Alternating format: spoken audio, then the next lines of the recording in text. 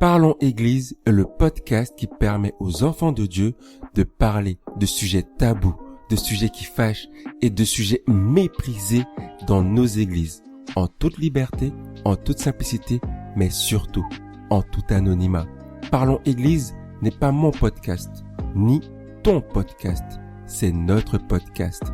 Viens discuter, échanger et donner ton avis en tout anonymat sur la plateforme Telegram de Parlons Église. Tous les liens sont disponibles dans la description.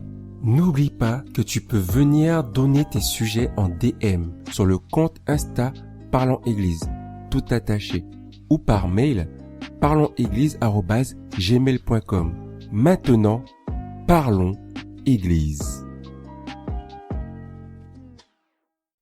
Et je suis Bunny avec un U comme dans Uni, l'animateur de Parlons Église aujourd'hui. Je me rappellerai toujours de ce dimanche matin. J'invite un ami à moi qui ne connaît pas encore Jésus, enfin, qui a déjà connu l'église mais qui n'a pas encore choisi Jésus comme son Seigneur et son Sauveur. Donc je l'invite et tout, et on s'était déjà vu en soirée et tout, il m'a dit bon ouais je vais venir une fois et tout. Et là il fait la bise à une des sœurs de l'église et tout. Je lui dis ah tu la connais, cool. Il me dit si je la connais même bibliquement. Là je rigole mais sur le coup j'ai pas rigolé, j'étais choqué, j'ai dit non t'es sérieux et tout. Il a dit ah tu devrais pas voir tes sœurs comme ça, hein. Je restais ok, chacun sa vie, hein. Et il me faisait comprendre que voilà quoi, ils se connaissaient très bien et voilà, il y avait eu quelque chose. Et moi je suis resté mais je suis trop naïf en fait. Quand tu vois les gens, tu pars du principe que comme ils aiment Jésus, ben ils font de leur mieux pour avoir une vie en accord avec la parole de Dieu.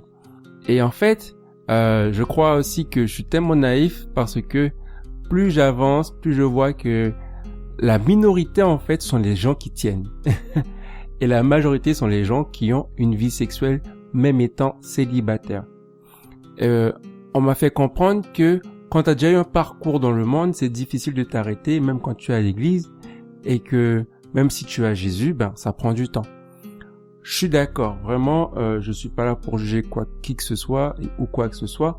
Je voudrais juste en parler parce que je pense que dans nos églises et même dans nos jeunesses, c'est que c'est monnaie courante finalement et que il y a vraiment un problème par rapport à ça.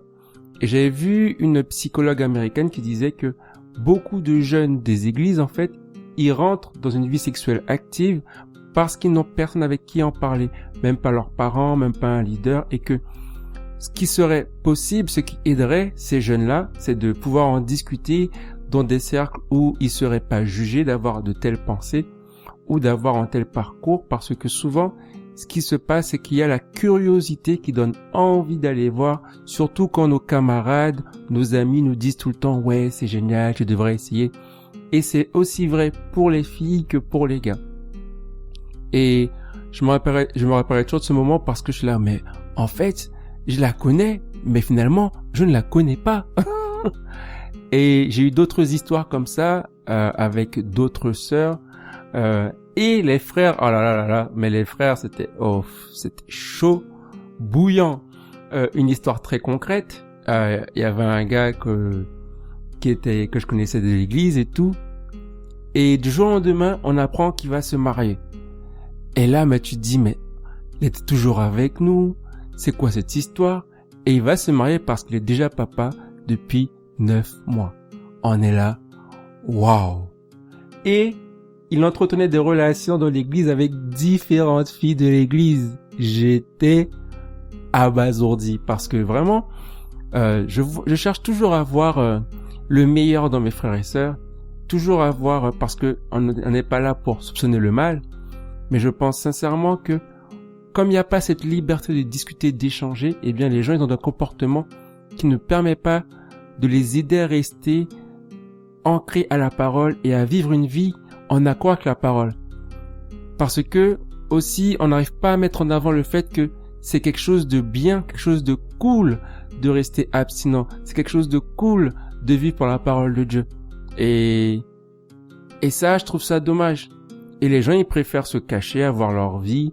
Il y a pas mal de couples qui avaient déjà une vie sexuelle avant le mariage. Il y a pas mal de couples qui ont eu des bébés avec 7 mois de grossesse. Est-ce que c'était prématuré? Ou est-ce que c'était conçu avant le mariage? Seigneur. Et vraiment, je trouve ça, c'est un sujet tendu. J'en rigole, hein, mais je sais que c'est un sujet tendu et que on n'en parle pas assez de ces célibataires qui voudraient suivre Dieu et qui voudraient avoir une vie en accord avec la parole de Dieu, mais qui n'arrivent pas à le faire juste parce que ils ne sont pas accompagnés, ils ne sont pas guidés, ils ne sont pas mentorés, juste parce qu'ils sont livrés à eux-mêmes, en fait. Est-ce que s'ils pouvaient en discuter avec des personnes qui ne seraient pas là pour les juger, est-ce que ça changerait les choses? Je ne sais pas, vu que ça n'a pas été mis en place, on n'a pas de statistiques.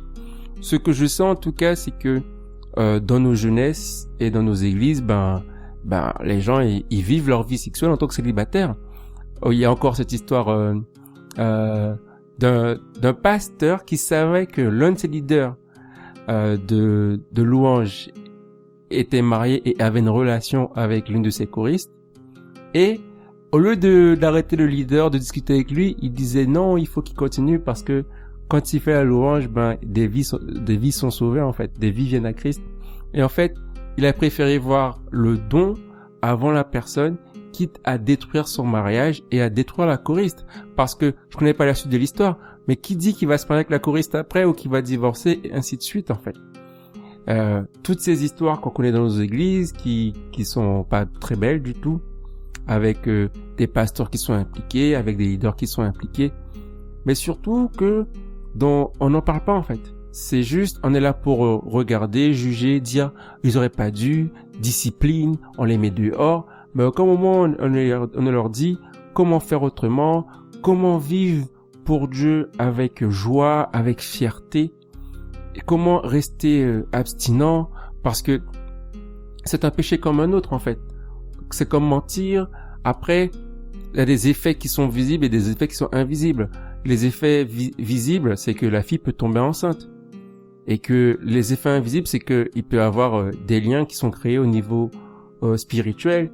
Et on voit toujours, on est là toujours pour les délivrer, pour les restaurer. Mais au moment, on est là pour les aider à éviter.